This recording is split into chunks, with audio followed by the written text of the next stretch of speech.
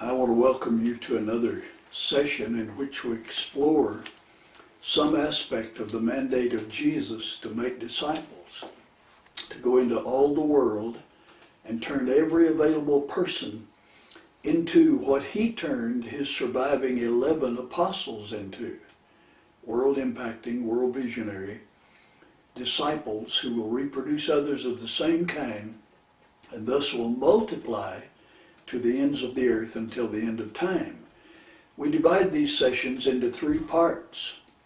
First, we do strategy sessions, which tell us what the strategy of Jesus is, then how to fulfill it, and the mechanics of that fulfillment.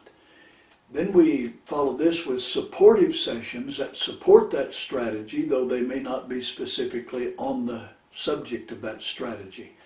And then we do curriculum sessions. Curriculum sessions concern what you actually teach a disciple. And I'm going to do one of those sessions in this time together with you in this hour. The text that we have before us presents a rule, a regulation of God's universe that is both as dynamic as a regulation can be, and is as steadfast and trustworthy and certain and unchangeable as any regulation or any law can be. I want to talk to you about the laws of the harvest. And we're going to use a very, very familiar text. Everybody knows this, but almost nobody regards it. That is, if we know it, we sort of put it on the shelf and disregard it. If we don't know it, we have no means of being aware of it. So let me read the text to you. This is found in the book of Galatians, chapter 6, verses 7 through 9, and we will isolate just verse 7 as we finish the reading of the text. Here's what it says. Do not be deceived. God is not mocked. For whatever a man sows, that will he also reap. For he who sows to his flesh shall of the flesh reap corruption. But he who sows to the Spirit will of the Spirit reap everlasting life. And let us not grow weary while doing good, for in due season we shall reap if we do not lose heart. What a text that is. I call your attention in particular to the first verse we read. Let me explain one or two things about it as I reread it.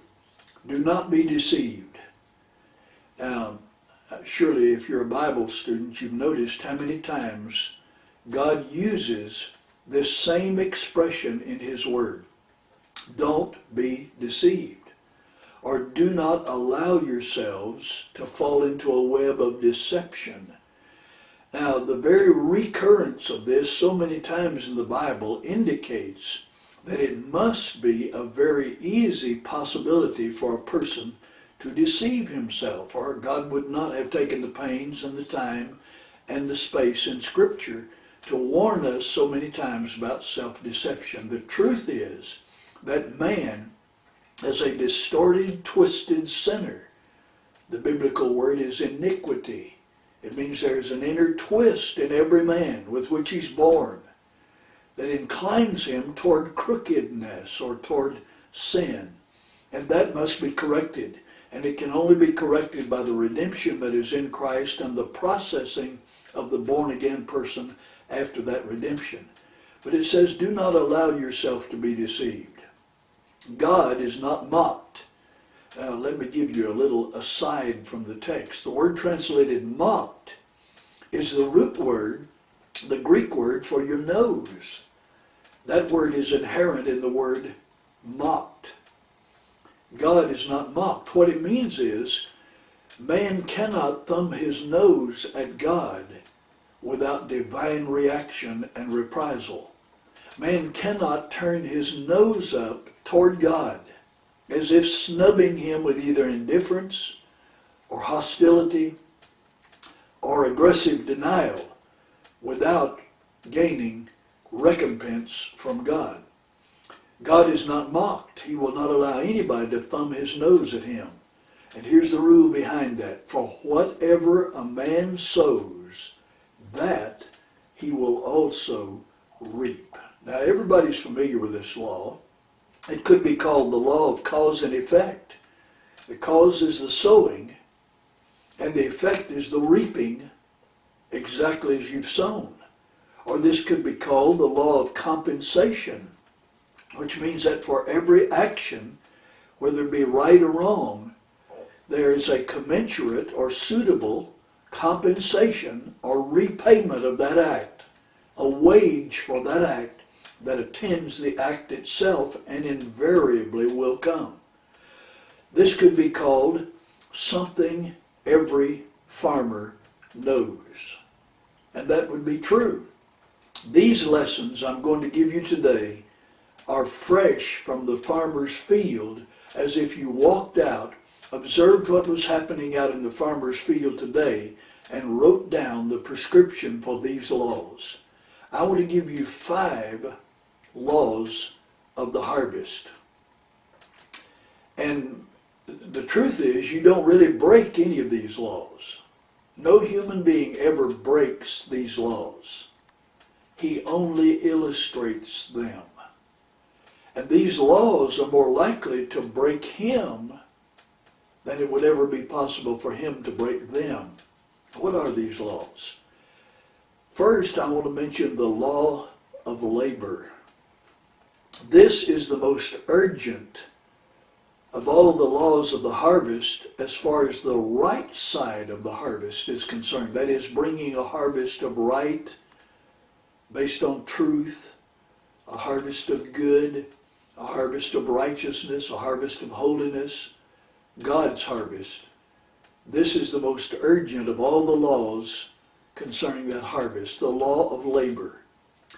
If you listened carefully when I read the text for our study today, then you heard 3 times in 2 verses the verb, the action word, S-O-W, sow. It says, whatever a man sows. Then it says, he who sows to his flesh. But he who sows to the Spirit, or to his Spirit. So that's the law of labor. There cannot be any harvest that is not preceded by sowing. Sowing always precedes reaping. Now let me make that very practical today, especially for the right side of the ledger, God's side of the ledger. If you reap today without sowing, it is only because someone else sowed before you without reaping. And if you sow today without reaping, it's guaranteed that somebody following you will reap without sowing. But sowing always precedes reaping, and sowing leads to reaping. And there's no variation of those rules. I want to refer you to a little cameo parable spoken by Jesus in the 4th chapter of the Gospel of Mark. A chapter that is marked by 3 parables about sowing. There's the well-known parable we call the parable of the sower. And it's followed by 2 much shorter parables that people are much less familiar with. Now I will frankly tell you, as far as my memory affords me the recollection, I have never heard anybody preach on this parable. I think they think it's just a repetition of one of the earlier ones, so they just leave this one alone after they've come through the 2 earlier ones. Let me recite the parable to you. Jesus said, the kingdom of heaven is like unto a man who goes out into a field and scatters seed all over that field. And then he goes his way and forgets about what he has done. He goes about his business. He goes to sleep every night. He rises up to the activities of every new day. And he does this in a constant, continuous succession of day and night, sleep, and then activity. And it says when he does this, he himself knows not that the harvest has come up. In other words, he went out in the field, sowed the seed, and forgot it. Now there's a very important lesson here. See, it's not important. The most crucial thing is not that you sow God's seed in the fields of the world and then labor your mind and your thoughts and your anxiety over the crop. No. Here's what Jesus said. But the seed springs up and sprouts up and springs forth, and he himself doesn't even know it has happened, because the earth brings forth fruit all by itself. Now, there's far more here than meets the eye. The expression interpreted or translated all by itself is the Greek word automate. Now, you can easily hear an English word. What English word would you hear? The earth brings forth fruit, automate. The word is automatically. And in the Greek text, it is major emphasis in the text, which means the Holy Spirit shouts this word from the page of Scripture. I'm not manufacturing anything. I'm just telling you what the Greek text shows when you study it carefully. This man goes out into the field, flings seed on every part of the soil, and then goes his way, forgets what he's done out in the field, goes about his business, and what he doesn't know is the harvest, the crop has started coming up. The seed sprouts up and springs up, and the earth brings forth fruit automatically. Now, do you see why the law of labor is so important then? That is the law of sowing. Because once the seed hits the soil, Jesus said the harvest is automatic, and that's a loud shout. It is automatic. In other words, you don't have to worry about it. You don't have to pray over it. You don't have to think about it. You simply get the seed on the soil. Now, the fact that most crops being raised in this world today are crops of corruption tells you that far more seeds are being sown on the wicked side than on the righteous side. And God's greatest need in the world today has to do with the law of labor. He needs laborers who will go out in the field and wholesale cast gospel seeds of truth on every kind of soil. And if we would but do that, the harvest is automatic. See, that's the way it works.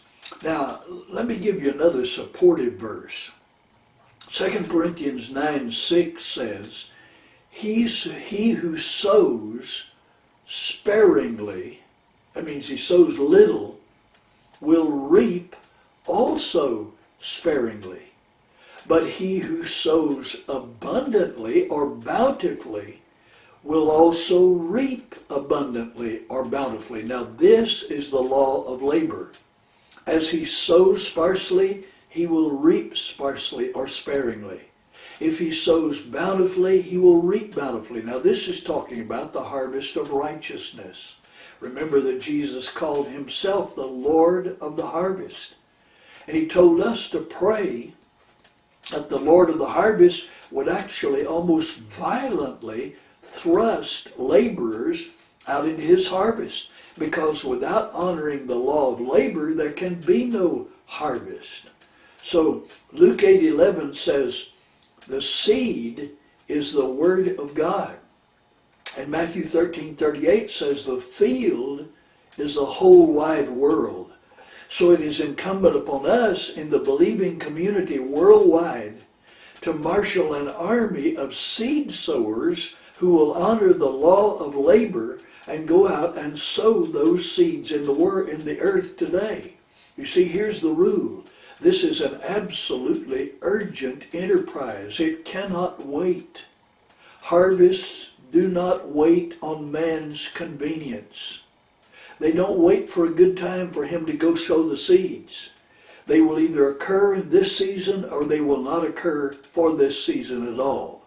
You may get in a harvest next year, but if you miss this one, you have missed it absolutely and forever. So that's the law of labor.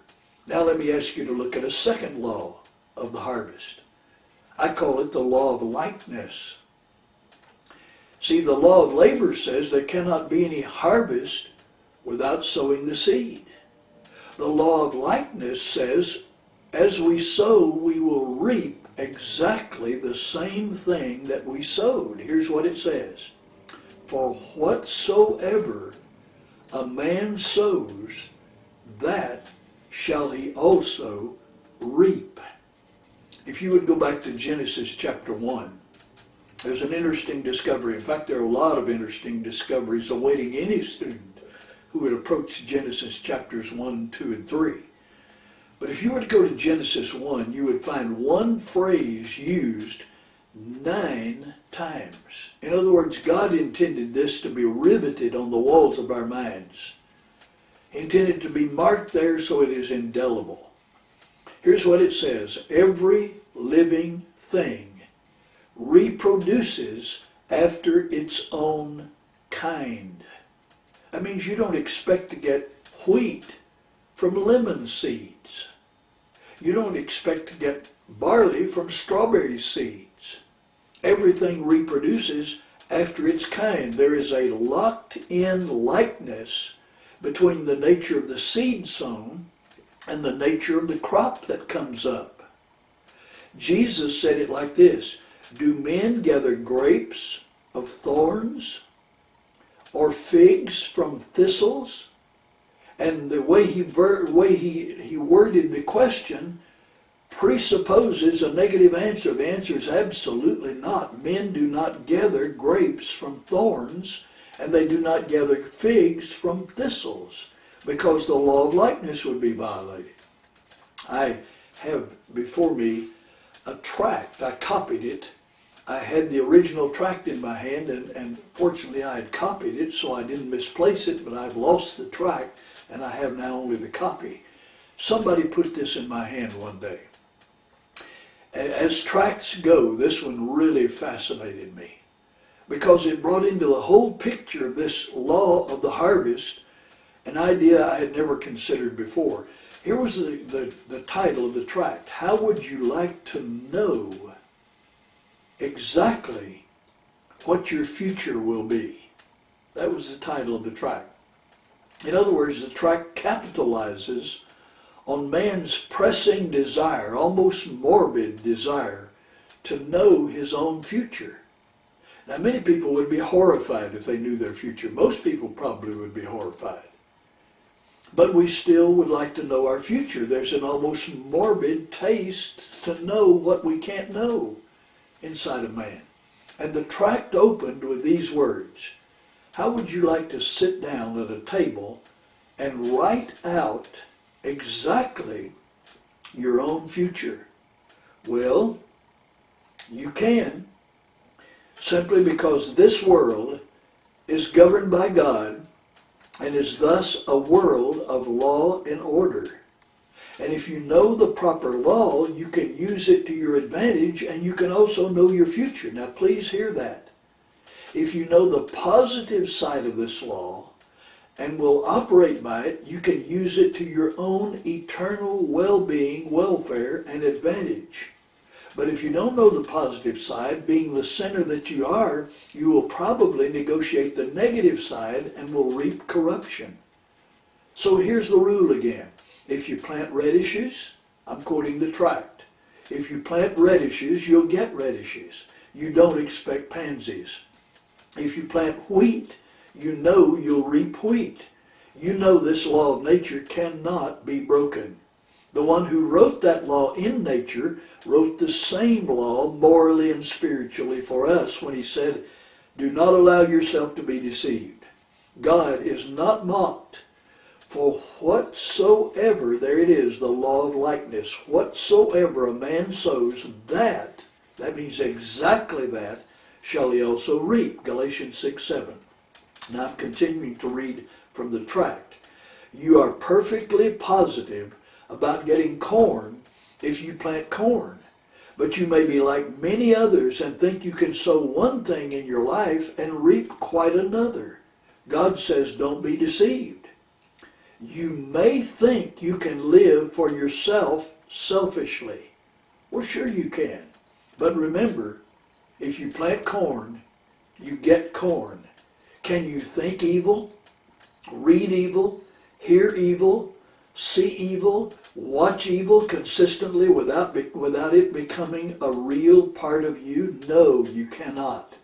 For what you sow, you will reap. Now, that's the rule that's here. Now, I want to reread the text and explain something in it to you. We've already read verse 8, the basic law of the harvest. But listen to the following verse. I beg your pardon, we read verse 7 and explained it to some degree. Now look at verse 8. For he who sows to his flesh will out of the flesh reap corruption. Now be careful to try to understand what that means. See, it would be easy to shrug that off and say, either I don't understand it or surely that wouldn't categorize me. Well, the truth is, if you're outside of Christ, it's the only thing that characterizes you. The truth is, if you're in Christ and still living a self-centered life, having Christ on the inside of you, this still characterized you. What does it mean to sow to his flesh? Well, if you want to know what the word flesh means in the New Testament, now it may mean the meat on your bones of your body. But that's not the primary meaning. That's the far lesser meaning of two meanings in the New Testament. If you want to know what the word flesh means, it is a principle of life, not a thing at all. Here's a way to do it. Spell it out. F-L-E-S-H. Then knock off the last letter, H, and turn the word around. And it spells S-E-L-F. So to sow to the flesh means that the person's action always terminates on himself. Now that's what sin is. It is doing without God and thus being forced to focus all of your attention on your own selfish advantage. So sin, S-I-N, is selfishness. That's what it is. So he who sows to his self-life will, out of that self-life, reap the corruption that characterizes that self-life. So here's the law of likeness stated all over again. If you want to know your future, just look at what you are sowing today. Now, I want to call your attention to two more verses, and I'm going to read them from the New American Standard Bible. I want you to listen to this very carefully. I have personally never heard anybody explain this, but it is as simple as discerning between daylight and dark. Listen to it. This is 1 Corinthians chapter 3, verses 16 and 17.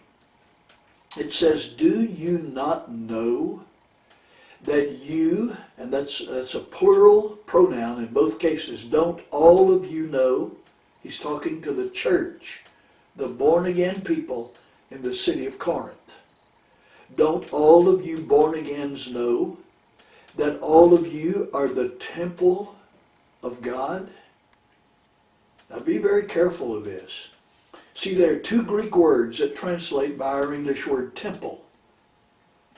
One of the words is the word hieron.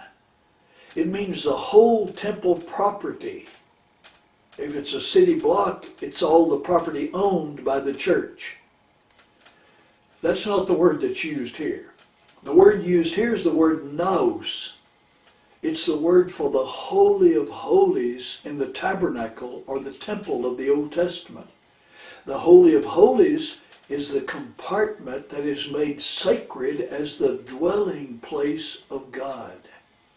And when God demonstrated himself among his people, he did it in that compartment, the Holy of Holies. What this means is the Church of Jesus Christ is the Holy of Holies of God.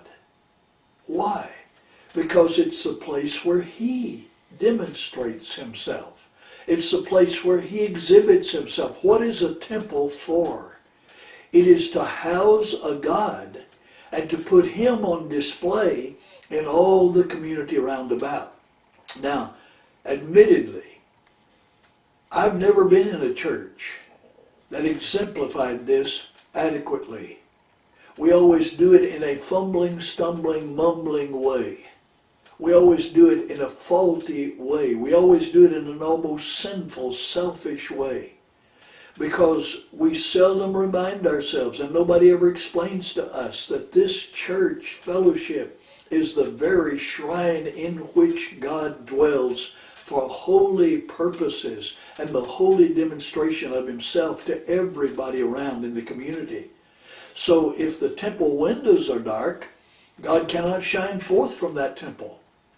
If there's no light on and no service taking place on the inside, then God is muted into silence. Now this is the same word that is used for my body because I'm a Christian.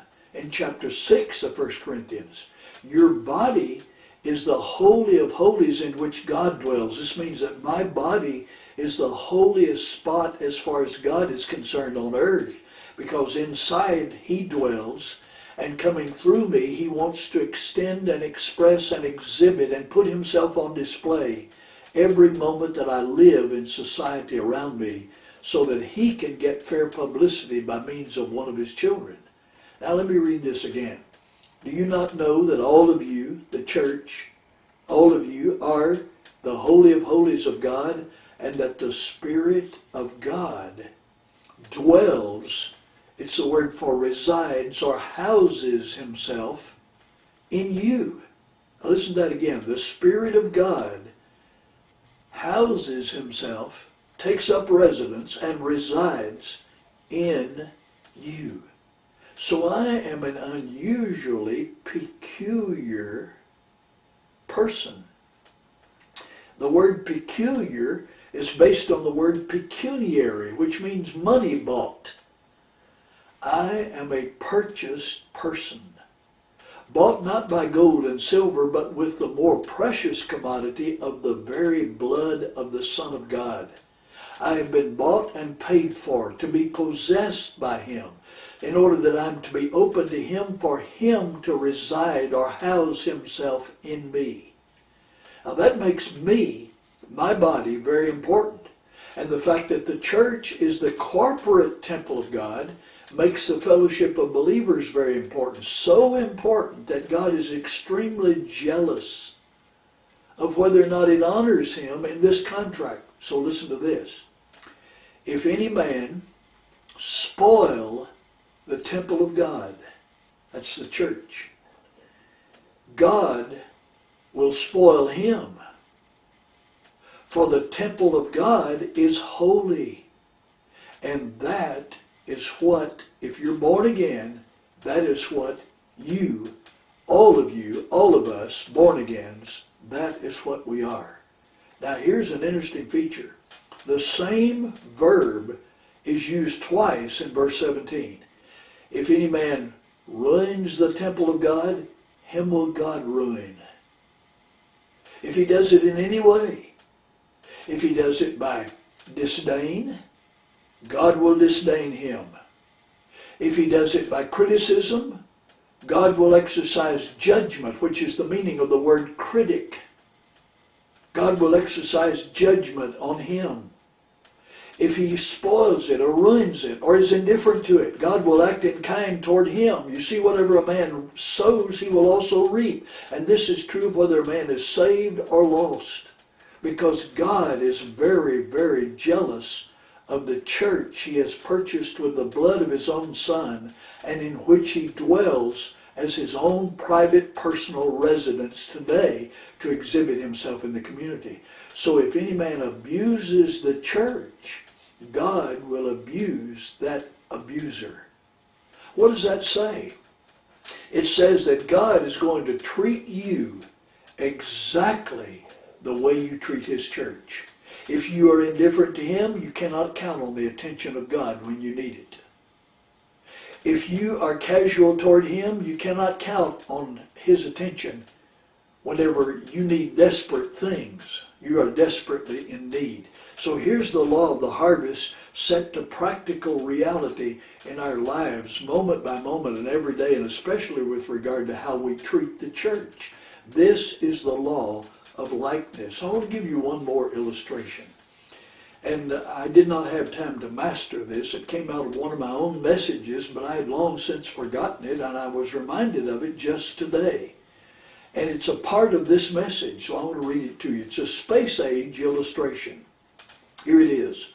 Man was made to be as a satellite revolving around God as the polar center of attention in his life, and drawing upon God's power in absolute and happy dependence, just as man depends upon breathing oxygen to stay alive. And he does it happily and without argument or protest, because it's the way life is made. The same thing is true, man polarized around God. It's the way life is made. And a wise person will happily adjust to that and find greater happiness than he would find any other way. But an alien factor has entered into man's experience and has corrupted this entire orientation around God. And due to this alien factor, which the Bible calls sin, man wants to be himself the center of the universe. He persistently pushes to polarize everything around himself. To paraphrase the old theologian of 1500 years ago, 1600 years ago, Augustine said, and I'm going to paraphrase his statement, "Thou hast made us to rotate around thyself, O God, and our hearts will never be content until we are in that orbit." But the rub is that man can't be in full control because he himself is out of control. That is, he's out of God's control. So things tend to deteriorate toward an undesirable kind of reaping because of what he's sowing. But here's the good news. At any moment, a miraculous repositioning can take place in the life of any human being who is a sinner. A repolarizing can occur of one's life, and it is wonderfully, wonderfully possible, and the aftermath is incredible. If it does not occur, the person will continue sowing to his flesh. That is, his actions will always terminate in selfishness, and the harvest will be a repeat of the corruption that selfishness produces in him. So this is the law of likeness, the second law of the harvest. Now let me give you the third one. I call the third one the law of largeness. See, the law of labor is that we must sow in order to reap, and we must sow right seeds if we're going to have a right harvest. The law of likeness says that we reap exactly the same thing that we sow. The law of largeness says we always reap more than we sow.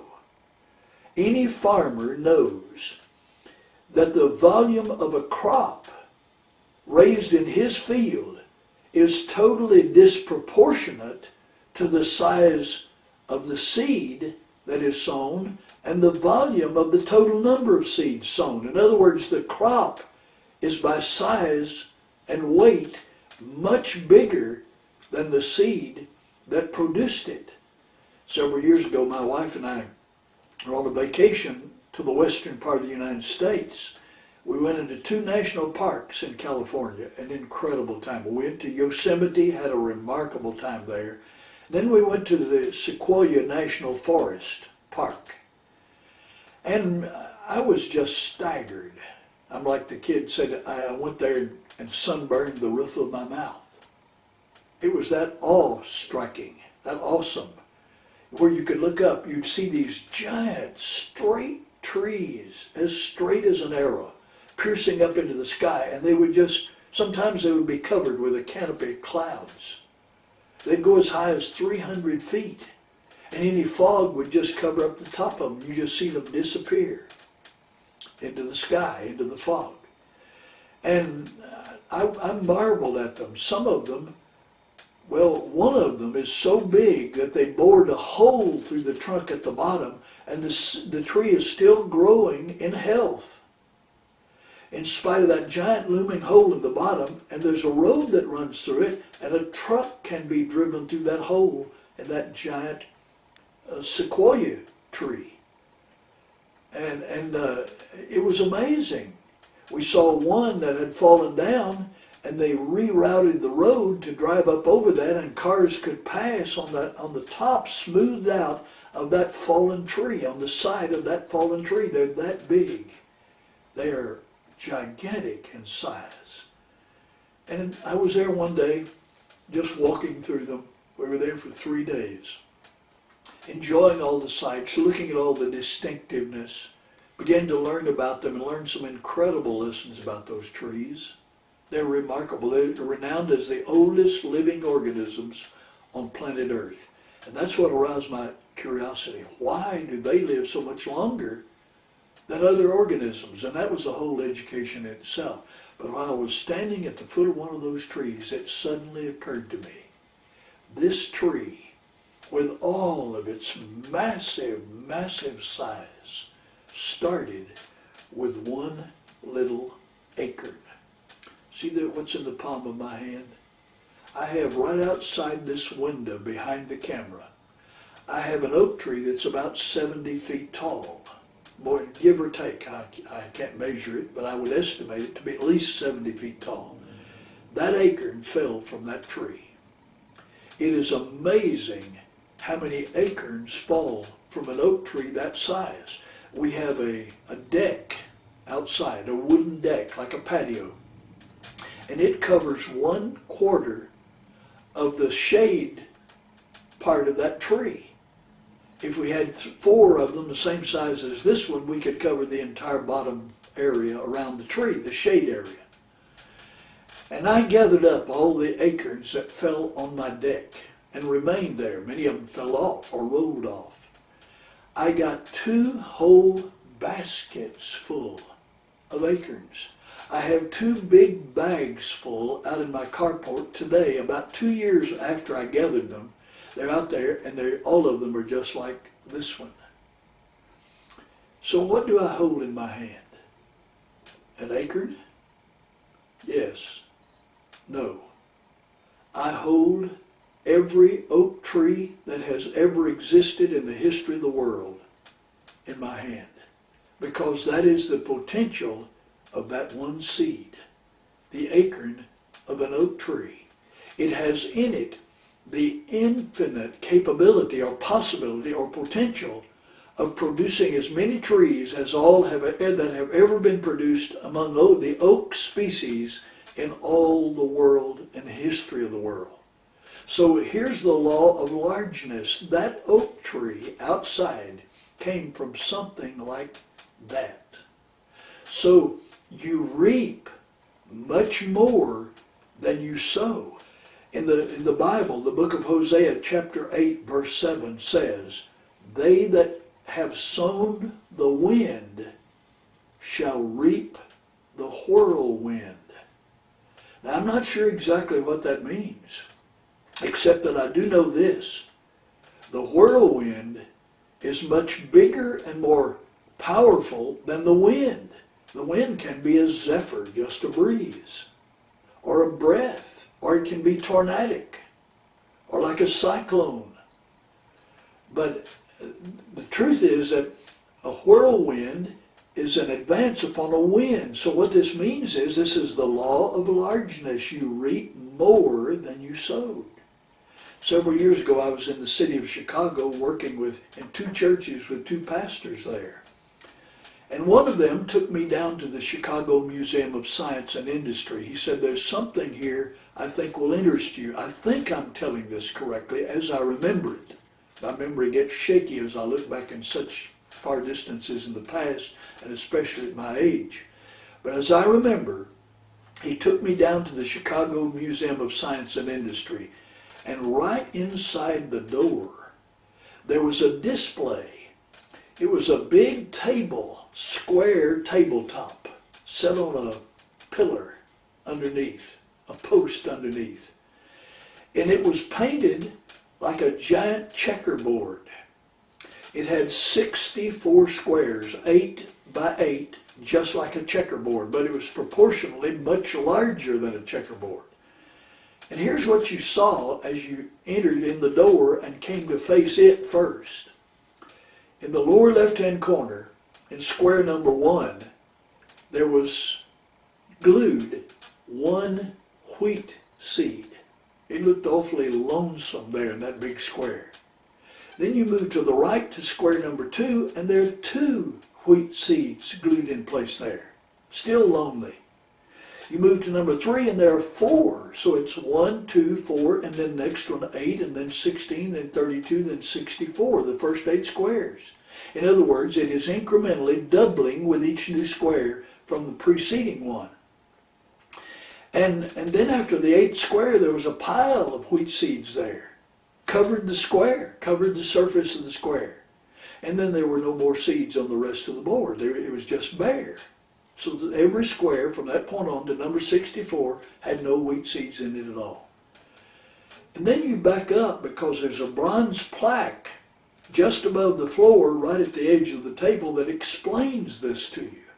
And here's what it says. You notice that there's 1 wheat seed, then 2, and it explains that succession down to number 8.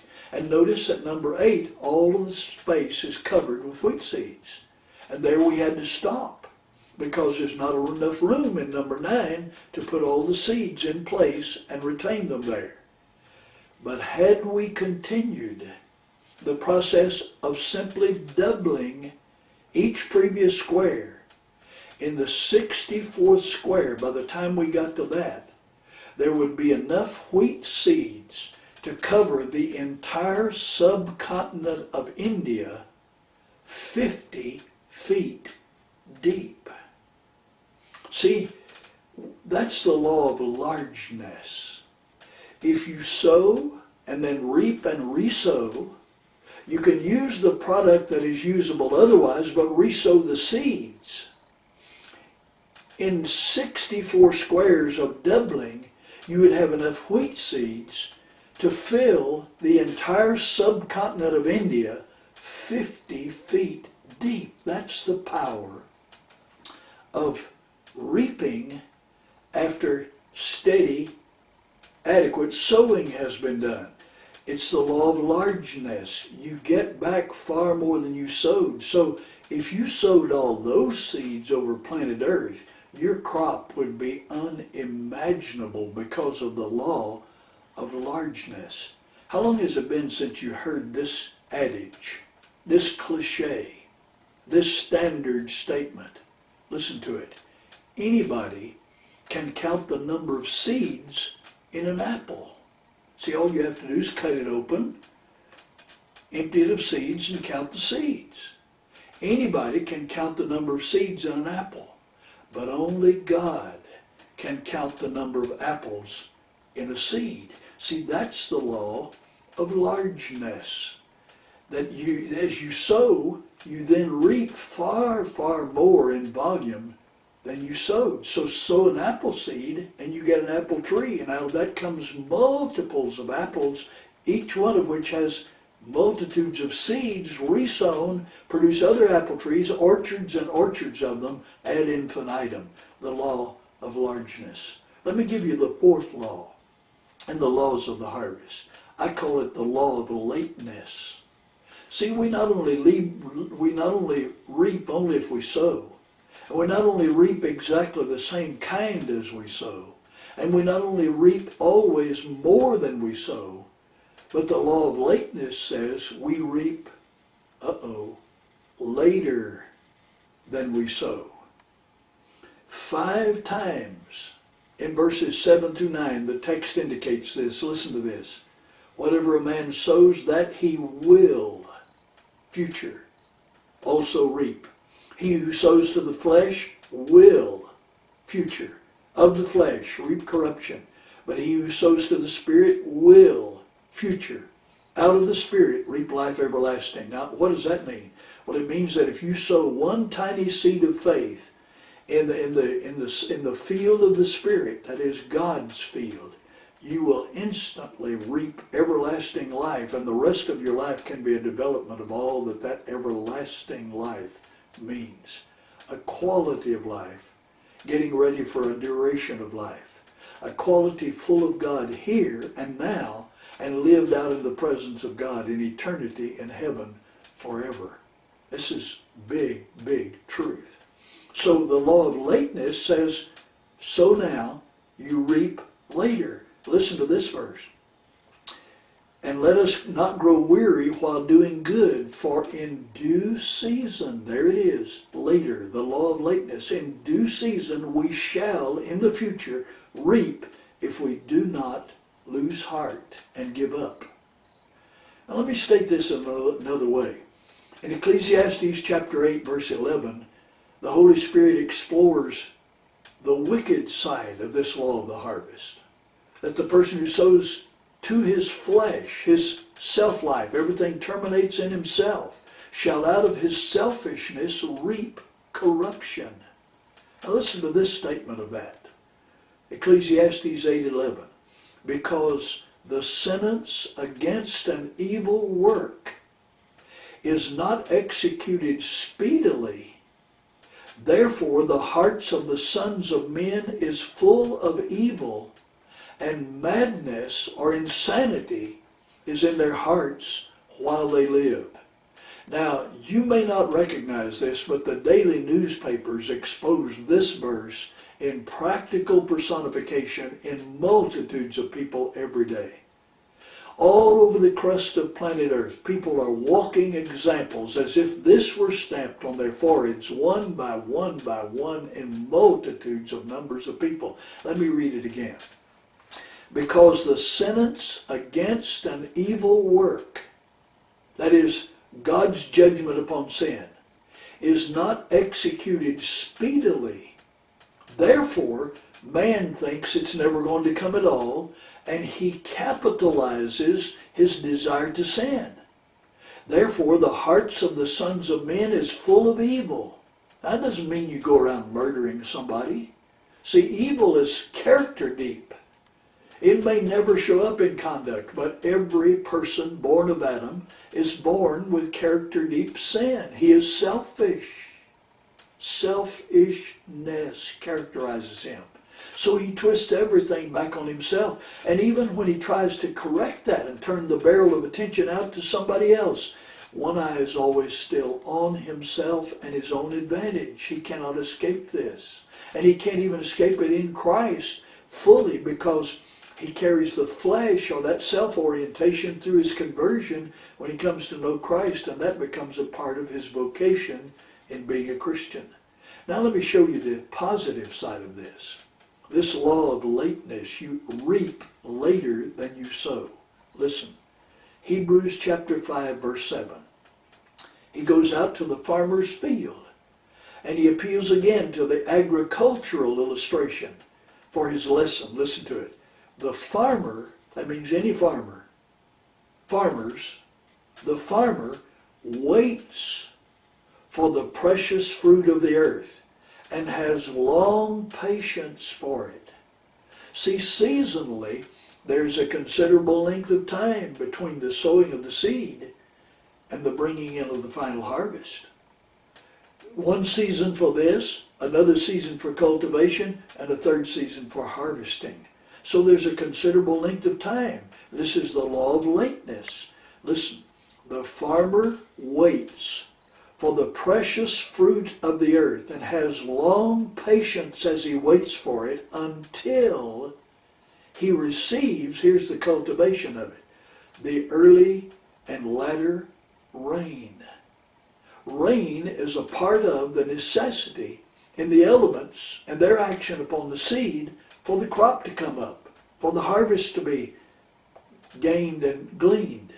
So he waits patiently through all of these processes in these seasons for the harvest to come. This is the law of lateness. You don't go out and start reaping the day you sowed. You wait through that season, then through this season, and then you come to the harvest season. And the golden grain blows in the breezes, and he laughs all the way to the bank. as he goes out and reaps and then negotiates the harvest into his own welfare. So this is the law of lateness. You do not reap today what you sow today, but be careful, because you're going to reap later, and it is an absolute unqualified law, and you're going to reap more than you sowed. You're going to reap exactly the same kind as you sowed, and you're going to reap because you sowed. There's one last law I want to mention. I call it the law of love. It's expressed twice in this text. Listen to it. Verse 6, it says, "Let him who is taught the word share in all good things with him who teaches." In other words, don't hoard these things to yourself. Listen to verses 9 and 10. "Let us not grow weary while doing good." Now, this is not sterile good. There are two words for good. One means good in appearance, but not necessarily good in character. The other one is the righteous good. It has the stamp of God upon it. It's marked by love, so that the goodness is spread out toward other people so that they can get in on what you are participating in. "Let us not grow weary while doing good, for in due season we shall reap if we do not lose heart." Listen, "Therefore, as we have opportunity." Man, is that the name of the game? There's opportunity everywhere to do this. "Let us do good to all, and especially to those who are of the household of faith." Now again, this is the word for warm goodness, spirit-hearted goodness, compassionate goodness, God's love goodness. It is a qualitative kind of goodness. It is not simply morality. It is not sterile goodness. It's not the guy who's good, but he's really good for nothing. He's legalistically good. He's not warmly good. Paul said, for a warmly good man, some would even dare to die. But for a legalistically good man, nobody would dare to move a finger, because he's coldly good. He's repulsively good. He's unattractively good. But a warmly good man, warmed at the hearth of the fire of the Spirit of God, and on fire with the compassion of Christ, and showing his love everywhere, that person pursues the law of love. Whatever he sows in the realm of the Spirit, he not only sows to curl it back on himself, he sows it to include as many other people in this great catch-22 of God's love as he can possibly enlist. Now, all of us are reaping, all of us born-agains are reaping in this good soil where love is the order of the day, only because someone before us lovingly sowed in that same soil in the past. And we are to pass this baton on to the next generation by sowing lovingly in the same soil for the sake of the future. This is the reason I desire to spend my life in obeying Jesus and making disciples, because that's the replication of this law of love. I will replicate myself, reproduce myself, and my disciple will multiply what I have put in him. So it is incumbent upon me to be richly in love with Christ, in love with others, and when he comes into the crosshairs of my target area, in love with him, for Christ's sake. It was Dietrich Bonhoeffer who died at 39 years of age. Hitler's martyr. Died hung on a coat hanger, a coat hanger, just a short time before the Allies liberated Berlin. Here's what he wrote in one of his documents. "The truly righteous man is the man who lives for the next generation." Now, notice the word righteous. It puts this in the sight of God's field and God's sowing and God's right laws for a right harvest. The truly righteous man always lives for the next generation. And missionary Stanley Jones said, the wise man is a man who plants a tree under whose shade he knows full well that he will never sit. In other words, he didn't drop that acorn in the ground or plant that sapling so he could get the benefit of the shade. He planted it for future generations. You see, each of us as a child of God is to be a link in a chain of love, binding the past to the future and binding God into the hearts of men and men into the heart of God.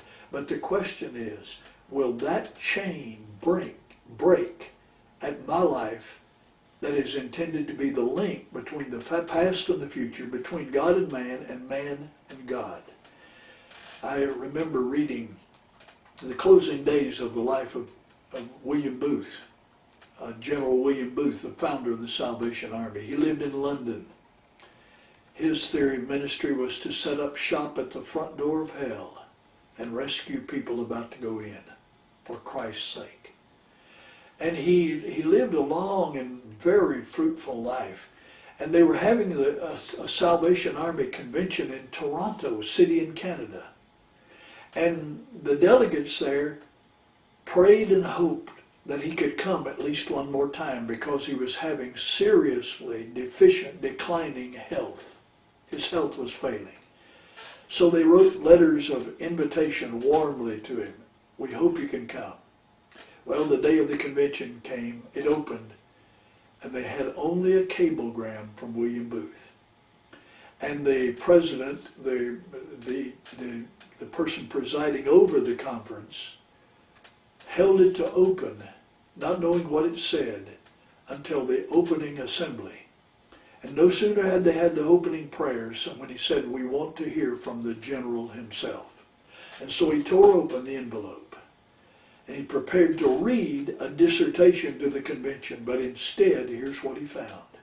It said, dear brothers and sisters, and there was one word only, capital letters, O-T-H-E-R-S.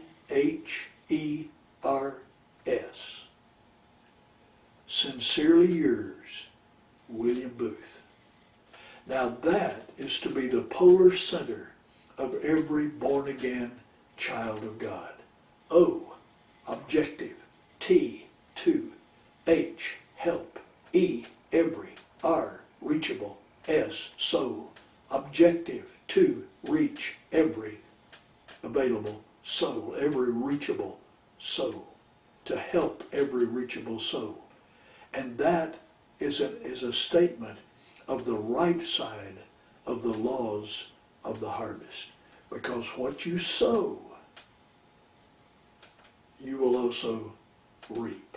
May God help us to capitalize these laws on the right side and smile all the way home because the harvest is guaranteed, instead of falling with the majority on the wrong side, going to a harvest of horror, sowing in the flesh, sowing that terminates in the self-life and will reap the corruption that it sowed into.